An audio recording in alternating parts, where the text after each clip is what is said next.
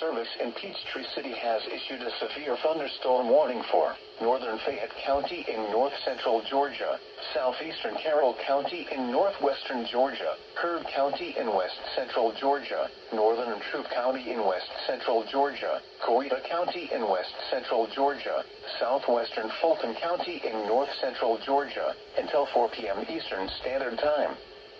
At 3:21 p.m. Eastern Standard Time, severe thunderstorms were located along a line extending from near Chattahoochee Hills to Rouville to Wadley, moving southeast at 35 miles per hour. Hazard, 60 miles per hour wind gusts. Source, radar indicated. Impact, expects damage to roofs, siding, and trees.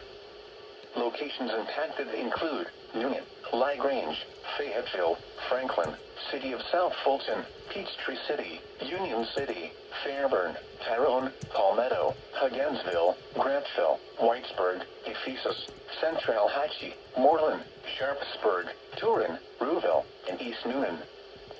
For your protection, move to an interior room on the lowest floor of a building.